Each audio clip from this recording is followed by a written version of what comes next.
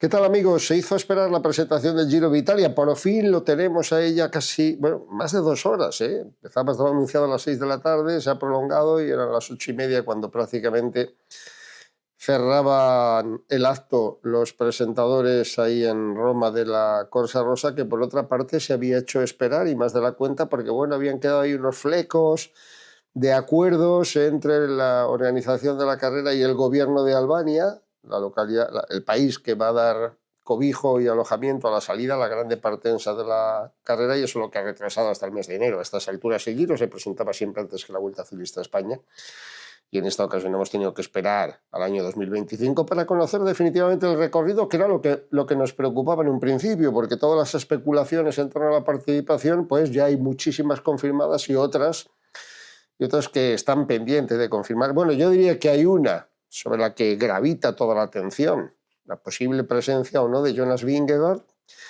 el corredor que también esperan en la Vuelta Ciclista a España y que a buen seguro será participante del Tour de Francia, toquemos madera y que no haya nuevos imprevistos, y gran rival de Tadej Pogačar, ¿no? Bueno, vamos con la participación, que es lo que nos ocupa. Ya sabéis que mi teoría siempre es la misma y no va a cambiar. Después de 50 años no puedo cambiar en ese sentido, ¿no? Es verdad que la carrera siempre tiene que presentar los atractivos suficientes como para que las etapas no resulten, o una parte del recorrido no resulte anodino, pero es verdad que cuando hablamos de la gran montaña, pues más o menos, casi todas las vueltas se parecen. Puede ser una más dura y luego no serlo en la ruta por el miedo o la precaución de los corredores. Puede ser una carrera no tan dura y provocar que la gente se anime a competir y a resultar más ofensiva, más atacante y brindar un bonito espectáculo, ¿no? Por eso, siempre con cautela a la hora de decir aquello, es un recorrido muy duro, es un recorrido... Bueno, pues es un recorrido, a mí me lo ha parecido al menos equilibrado y atractivo. Yo creo que hoy en día la demanda del gran aficionado en general me refiero, ¿no? Es el atractivo de la mayoría de las etapas. Los organizadores de la carrera ya saben que la rentabilidad televisiva se da cuando las etapas tienen interés. Cuando las etapas no tienen interés, está muy bien que los corredores digan aquello y los equipos tiene que haber jornadas de transición, tiene que haber oportunidades para todo el mundo, pero luego las audiencias acusan, incriminan un recorrido que no haya presentado los atractivos suficientes. Y es verdad que en 21 etapas siempre tiene que haber etapas que resulten más o menos monótonas o que simplemente se vayan a resolver al sprint, pero conviene cincelar un poco, ¿no?, el dibujo del recorrido con alicientes de un nivel o de otro. Y yo creo que este Giro va a ser entretenido. Primero porque, y luego hablamos de ello, la participación está asegurada, y segundo porque hay etapas lo suficientemente atractivas como que la mayoría de los días pueden ocurrir cosas. Bueno, salimos de Albania, creo que es la 15ª vez que el Giro sale de Albania en 108 ediciones, ya en el siglo XXI, ¿eh? Para los que hemos vivido medio siglo XX, la verdad es que nos cuesta pensar que ya llevamos un cuarto de siglo cumplido, ¿no? En este siglo han sido innumerables las salidas. Hace 2 años, sin ir más lejos, ya sabéis que la salida fue en Budapest y ahora es en Albania, país ahí en la costa adriática, muy cercano y muy relacionado con Italia, que, bueno, pues va a poner el dinero necesario como para que la carrera dispute allí 3 días. Empieza el día 9 de mayo, viernes, sábado y domingo, jornada de descanso, y entra en Italia por el sur, por la región de Apulia, para alcanzar la costa del Tirreno en Nápoles y ahí terminar un poco, digamos, la primera semana, ¿no? Bueno, el recorrido de Albania ya de por sí es atractivo. Segunda etapa, una crono individual de 13 kilómetros, con alguna dificultad. No va a decir gran cosa, pero nos va a entretener, nos va a marcar diferencias, va a posicionar a algunos de los líderes, equipos que se presentan con más de un líder, etcétera. Siempre le dan un atractivo, y de hecho las otras 2 etapas de Albania, la del viernes, la primera y la tercera, también van a tener su aliciente. Es muy probable que se resuelva el sprint, pero muy probable que el sprint no sea del grupo en general. Y esto es algo que los organizadores, y yo de verdad lo alabo, van premiando. Etapas al sprint tiene que haber 4, 5, 6, 8 en una vuelta, pero etapas al sprint con exigencias en todos los casos en los que se pueda, ¿no? Exigencias que en ocasiones provoca la propia meteorología, abanicos, viento, lluvia, etcétera, y en otras la orografía del terreno, que es la que tiene que poner esos alicientes, esas dificultades. Yo creo que las etapas de Albania tienen esas dificultades. Bueno, paramos el lunes para entrar, digo, en el sur de Italia por la Puglia y afrontar la primera de las 3 jornadas que nos llevan a Nápoles, no parece que excesivamente trascendentes, y llegar a la etapa séptima, que es la que nos va hasta Taglialozzo, con primera llegada en salida. Ya la costa adriática, ¿eh? Volvemos a cruzar hacia la derecha, hacia la costa adriática, y ahí tenemos esa primera etapa, que será el antipasto, el anticipo de la novena. Esa ya es una etapa de gran atractivo, sobre todo por lo que representa, ¿no? Llegamos a Siena, llegamos a la Vía Santa Caterina, llegamos a los 30 kilómetros finales de la Strade Bianche, llegamos a ese terreno también con tierra, el famoso esterrato, que a veces no decide nada, pero que le puede dar un aliciente extraordinario, y sobre todo la llegada a la subida final antes de bajar a la Piazza del Campo en Siena. La repetición, entre comillas, de una mini Strade Bianche es un atractivo fantástico, ¿no? Descanso después de Siena, segunda semana bien cumplida, y arrancamos la tercera semana con la contrarreloj, 10ª etapa por territorio toscano. Seguimos en Toscana desde Lucca hasta Pisa, ¿eh? Impresionante el espectáculo, impresionante la historia y la tradición, y exigente la crono, aunque sean tan solo 28 kilómetros. La 11ª etapa nos va a llevar por territorio escabroso, por territorio de alta montaña, y ahí vamos desde Viareggio a coronar San Pellegrino, aunque luego hay muchos kilómetros hasta el final, pero será una etapa fundamentalmente dura, por compendiar un poco lo que es la segunda semana, ¿no? Porque la verdad es que la organización de la carrera, después de esos alicientes que le ha dado a las 2 primeras semanas, las 2 cronos, que totalizan al final pues 41 kilómetros, ¿no?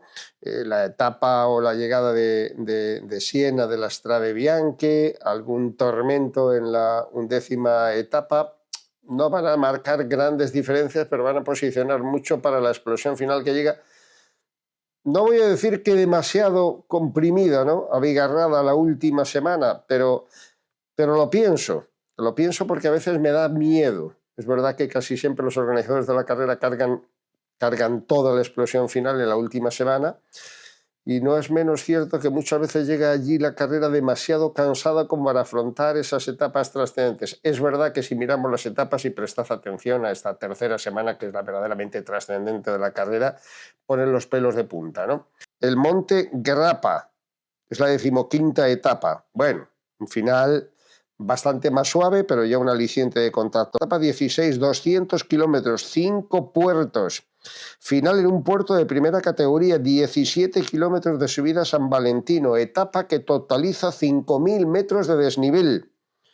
Luego al día siguiente es una etapa que no debe pasar o tener una gran trascendencia a priori, pero hay que pasar el Mortirolo, y son palabras mayores, 17ª etapa, solo 150 kilómetros camino de Bormio, hay que subir Tonale y Mortirolo, terrible Mortirolo, aunque es verdad que lejos de meta. Pero es que 2 días después, el viernes, tenemos la 19ª etapa, y agarraos que hay curvas, ¿eh? 5 puertos, 3 primeras en tan solo 166 kilómetros. Es el aperitivo del viernes para la jornada reina que llega el sábado, etapa reina de la carrera, últimos 40 kilómetros impresionantes, con la Finestre, ojo, 18 kilómetros de subida, 8 de ellos de tierra, la cima Coppi, y el final en Sestriere. La subida final a Sestriere. Ni que decir tiene que la cima Coppi está en el recuerdo de aquella edición del 2018, cuando precisamente en la Finestra, se pasaba antes también por el Col de Lis, que lo recordar, igual que ahora, se produjo aquel ataque de Chris Froome que acabó con el reinado de Tom Dumoulin, ¿verdad?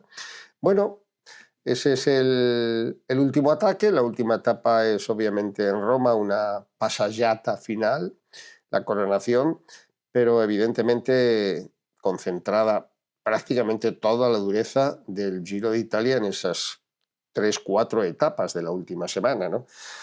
Sí, hay que presumir que llegados a ese punto las diferencias no sean muy grandes. Hay que intuir o esperar, o incluso diría yo desear, que sean numerosos los aspirantes a coronar, a pelear por lo menos por el podio, para entrar de lleno en esa gran etapa final y que haya movidita, ¿no?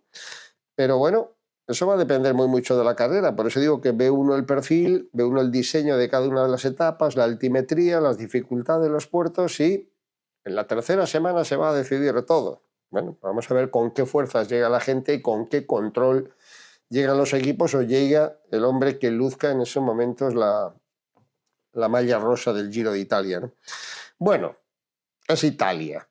Os lo digo de verdad que he hecho muchísimos giros de Italia y lo estáis viendo constantemente. En los tiempos actuales tampoco ha cambiado nada. Hay una historia, hay una tradición, hay un rango y una jerarquía en el ciclismo italiano que traspasa la mera competición. Convierte la carrera en un evento, un acontecimiento de índole cultural, tradicional, histórico, verdaderamente reseñable. Si además hay bonita competencia, si además hay grandes aspirantes, si además hay una pelea en condiciones, el Giro de Italia tiene casi siempre el éxito asegurado. Y yo creo que el principal éxito del Giro de Italia de esta edición va a ser, ya lo decíamos en la anterior entrega, ¿no?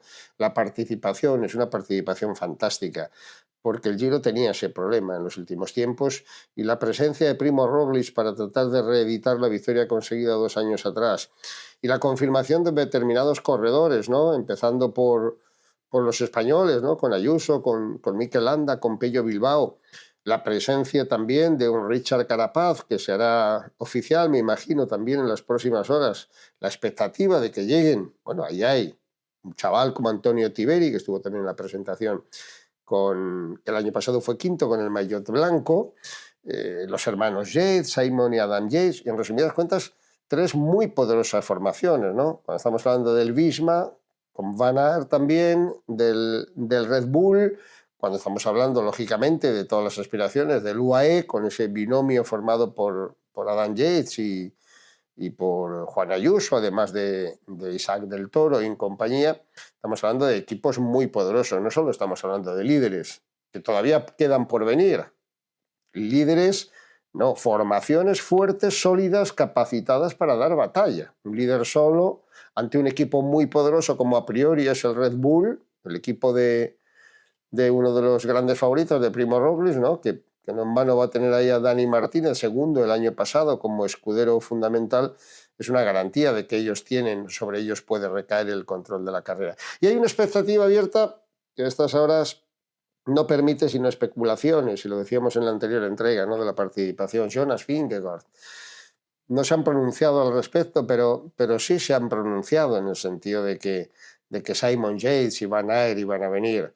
¿Estaban pendientes de conocer el recorrido? Repito y reitero, no. El recorrido ya lo conocen desde fechas atrás los equipos. No muy pormenorizado, pero saben los kilómetros contra lo que va a haber, saben las llegadas de montaña que va a haber, saben más o menos las líneas maestras para tomar una decisión, y máximo en esta edición en la que se ha retrasado tantísimo la participación. A mí particularmente, pero es una impresión, simplemente me da la sensación de que Vingegaard no va a ir al Giro de Italia. Alguien dirá, hombre, ¿y va a competir en la Vuelta a España con Tadej Pogačar? Pues también me cuesta entender que vaya a competir en el Tour y en la Vuelta a España. Tampoco Pogačar ha anunciado, aunque yo espero que lo haga en las próximas fechas, que va a correr la Ronda Española. Pero ahí hay un interrogante saludable que permite todavía a los organizadores del Giro de Italia especular con la posibilidad de que Vingegaard llegue a la Corsa Rosa, que es una bonita oportunidad para él de asegurar más posibilidades de victoria en una grande de la presente temporada.